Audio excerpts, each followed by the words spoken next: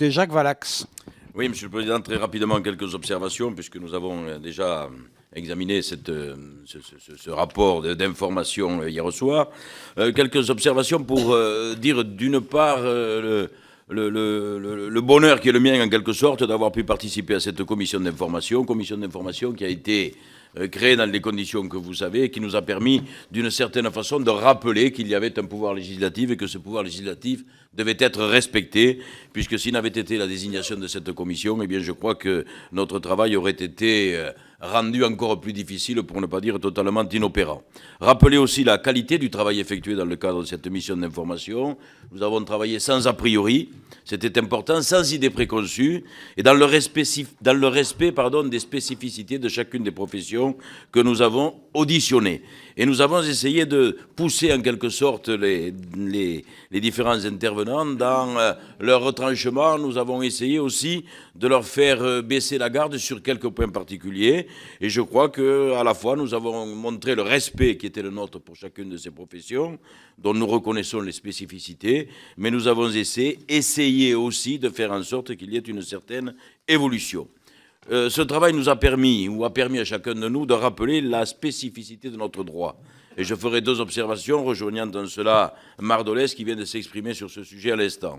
Le droit n'est pas une marchandise, c'est la phrase qu'il a employée et qui figure dans la contribution qu'il a effectuée, et ne peut être soumis aux règles du marché. Je crois que les uns et les autres, nous sommes tous d'accord sur ce principe de base. Notre droit continental, et cela rejoint les premières observations que je viens de faire, nous devons le défendre face aux tentatives d'intrusion du droit anglo-saxon.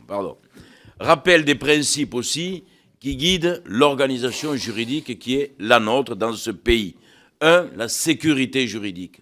Tout le monde s'accorde à reconnaître que nous bénéficions tous, à quelque niveau que ce soit, d'une sécurité juridique certaine. Et je prends 3 petits exemples, je vais vite, ou 2 exemples. Compétences professionnelles, qu'il s'agisse de la compétence professionnelle des huissiers et des notaires.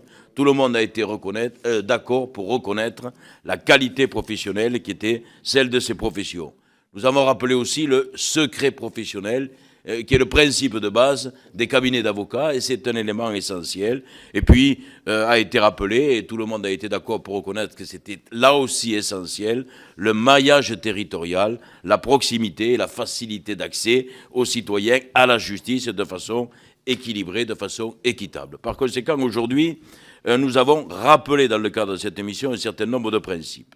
Moi, je vais maintenant conclure très rapidement et vous dire, c'est peut-être un peu simpliste ce que je vais dire, mais la loi Macron, telle qu'elle a été conçue, telle qu'elle a été amenée petit à petit, je vous rappelle que M. Macron nous avait indiqué qu'il n'avait rien arrêté dans le projet qui était le sien, et que ce projet n'était même pas encore défini.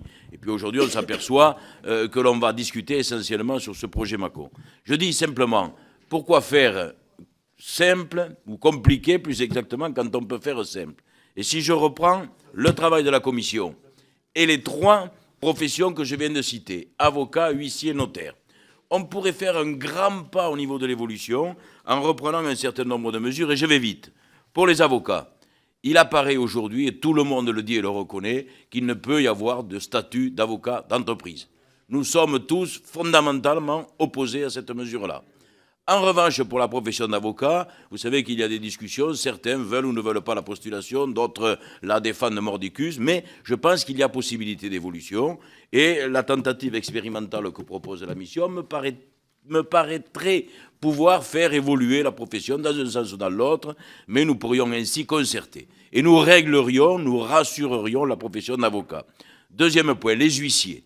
Les huissiers, il n'est pas question pour moi, j'ai parlé de proximité, j'ai parlé de maillage territorial, de casser ces compétences, si vous voulez, accrochées à la géographie, à la territorialité. Si demain on ramène une compétence nationale au niveau des huissiers, on va créer des gros cabinets style anglo-saxon et on va casser tout le sérieux qui se passe sur nos territoires. C'est un danger contre lequel je m'insurgerai jusqu'au bout. Et puisque nous devons faire des propositions, cela a été pratiquement acté par tout le monde.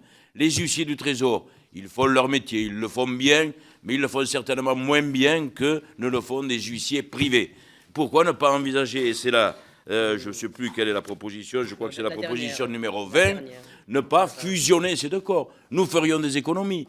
Nous supprimerions, ce faisant, à peu près 300 à 400 huissiers du Trésor qui sont donc des fonctionnaires. Et nous permettrions ainsi à l'État de faire des économies. Et nous ferions, sur ce point particulier, une vraie réforme très rapidement. Quant aux notaires, et je termine, les notaires, eh bien, en concluant, mon cher collègue, puisque vous nous dites que vous faites ça très rapidement, mais là, ça fait quand même un petit moment. Voilà. Hein. Dernier point, je vous rassure, Monsieur le Président, les notaires sont d'accord pour reconnaître qu'il y a chez eux un déficit professionnel de l'ordre de 1000 emplois. 1000 notaires 1000 études nouvelles peuvent être créées. Par conséquent, allons-y, faisons un petit effort et faisons-leur accepter... 1000 notaires, jusqu'à 1500, pourquoi pas, et rappelons le principe qui nous a été rappelé par la profession et qui est indiqué là aussi dans la proposition numéro, je ne sais plus laquelle, si c'est celle-ci, la proposition numéro 5, le garde des Sceaux pourvoit en conséquence les offices à créer, si besoin au terme d'une procédure de sélection objective et impartiale dans les modalités seront à définir. Nous avons réglé les 3 problèmes concernant 3 professions. Pourquoi faire compliqué? Pourquoi faire en sorte que tout le monde se retrouve dans la rue? Je demande et j'en appelle à un souci de simplicité et une plus grande appréhension réaliste des problèmes. Ne mettons pas le feu partout, soyons sérieux dans nos propositions. Je n'en dis pas plus, Monsieur le Président, suivant vos réquisitions. Merci, Monsieur le député. Je disais ça parce que comme il y a 12 collègues qui sont inscrits après vous, en